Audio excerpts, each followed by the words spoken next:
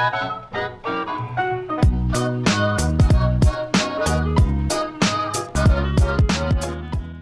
YouTube, my name's Nero, and today we have some Call of Duty Advanced Warfare. What we're going to be doing in this video is talking about how to level up the fastest here in Advanced Warfare. So I've played a bunch of the game modes. I can't say that I've played all of them. There's some obscure ones out there like Capture the Flag and stuff like that I haven't really played that much. But between having the game early and since the game's actually come out to a full release, I've played just about every single game mode within the game. I've played most of them pretty extensively. And the best way I've found to level up quickly here in Advanced Warfare is actually this game mode. The game mode you're watching in the gameplay, Search and Destroy. So this is actually the first game I've ever played with this, and the gameplay is actually from when I had the game early, so you know there's no double XP or anything like that going on here, and you'll be seeing at the end of the video exactly just how much freaking XP I get from this game. It makes no sense. Like, I've actually tried doing the math and trying to figure out where all of this XP is coming from, and it just does not add up. You know, traditionally, if you go back to some of the older Call of Duties, you can kind of expect 500 points a kill and maybe 1,000 points for a bomb plant or something like that, and a bomb defuse and Search and Destroy. Well, that's not the case. You get like double or triple that for a kill and for a bomb plant and for an assist and all that crazy stuff. And it really makes no sense. We'll be showing that here at the end of the video.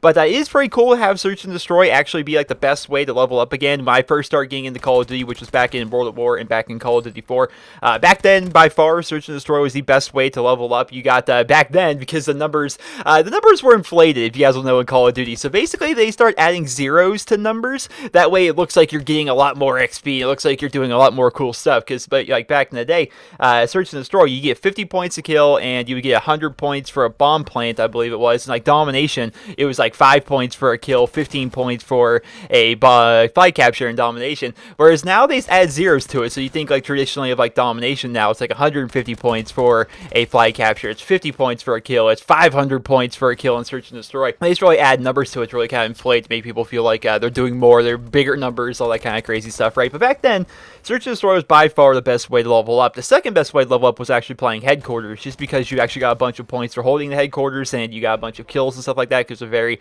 fast-paced, hectic game. But basically, I think Headquarters is what inspired Hardpoint. And Hardpoint is a good way to level up here in Advanced Warfare, especially if you're trying to get gun challenges and stuff like that unlocked. But just for the sheer amount of XP you get per minute, Search and Destroy is by far the front runner for this. You just get so much XP just for running around shooting people, and it has all the fun of Search and Destroy, you know? In Search and Destroy, it's not as fast-paced and as intense as like other game modes can be. It's one of those game modes where you can just play it and you can enjoy it, and if you die, oh, who cares? Now you're dead for the rest of the round. Now you can look at your phone. Now you can look at Twitter. Now you can, you know, text somebody back or something like that. It's a relaxing way to level up, and you can actually level up very, very, very quickly, which I've always liked about Search and Destroy. Search and Destroy, if you guys know, has been one of my favorite game modes in Call of Duty since, well, ever. You know, Call of Duty 4 and World at War, I was a Search and Destroy player. I was actually ranked 2000th in the world, like up in the 2000s in World at War for total wins, because you got so many wins back in Search and Destroy, because every round in Search and Destroy counted as either a win or a loss. So that was pretty cool. But let's skip forward here towards the end of the gameplay and actually show you guys how much kills, how many deaths, how many bomb plants, defuses, and all that crazy stuff I got. And then we'll show you exactly how much XP I've actually gotten from this,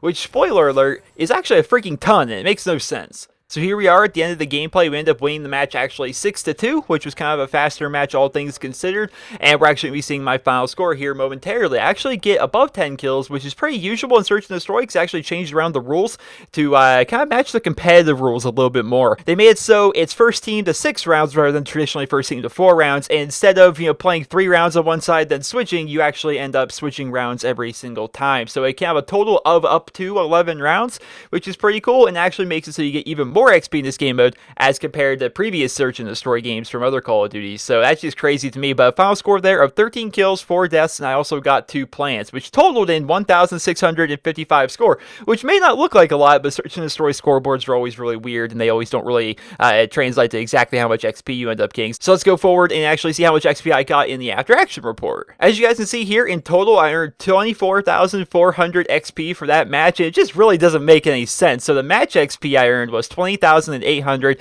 I also got 3,600 XP from doing challenges, and apparently I didn't get any match bonus that game, which really doesn't make any sense. Usually you get 2,000 match bonus for winning a match, and you get 1,000 match bonus for losing the match, assuming of course you stayed for the entirety of the match.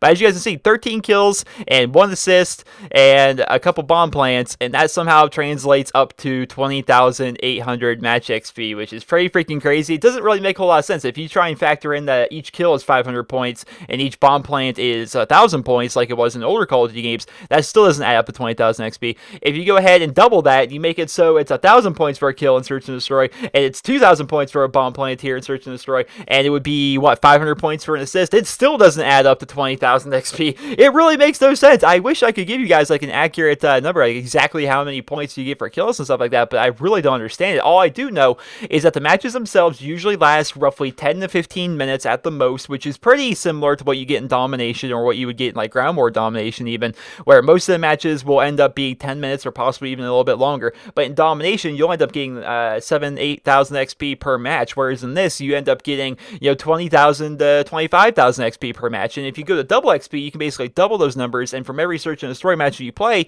you can expect roughly, with double XP, 40 to 50,000 XP single match. So that can be pretty good. Now, of course, it actually comes down to a little bit of skill on your part. You're not just going to get a bunch of XP simply by playing the game mode. You have to actually do well. Try and get roughly 10 kills in a match, which is not really hard, especially in a close game where if the game comes down to, 6 wins to 5 wins or something like that in Search and Destroy, then chances are most people in the lobby are going to end up having 10 kills, and it's going to be a very close match, and there's just going to be tons of XP to be had by all. And even if your team just runs through the other team and you 6-0 them, even then, you can probably get 6 to 8 kills, maybe even up to 10 kills in that match, and you'll still get a ton of XP for that. So it can actually be pretty awesome. It's definitely pretty great that you can get this much XP from Search and Destroy, because it's one of the most enjoyable game modes in Call of Duty, in my opinion. And yeah, it's pretty freaking awesome. So hope you guys all enjoyed this video. Hopefully you guys all found it helpful and informative. And if you did, please be sure to leave a rating where you guys feel the video deserves. Be sure to subscribe to my YouTube channel here, because I post a lot of Call of Duty Advanced Warfare content, mostly tip-based stuff so far, such as videos like this. And if you enjoy this kind of stuff, you may enjoy the rest of the videos on my channel, so be sure to give that a look. I hope you guys all enjoyed this video, and if you did, please be sure to leave a rating. Hope you guys all have a wonderful day.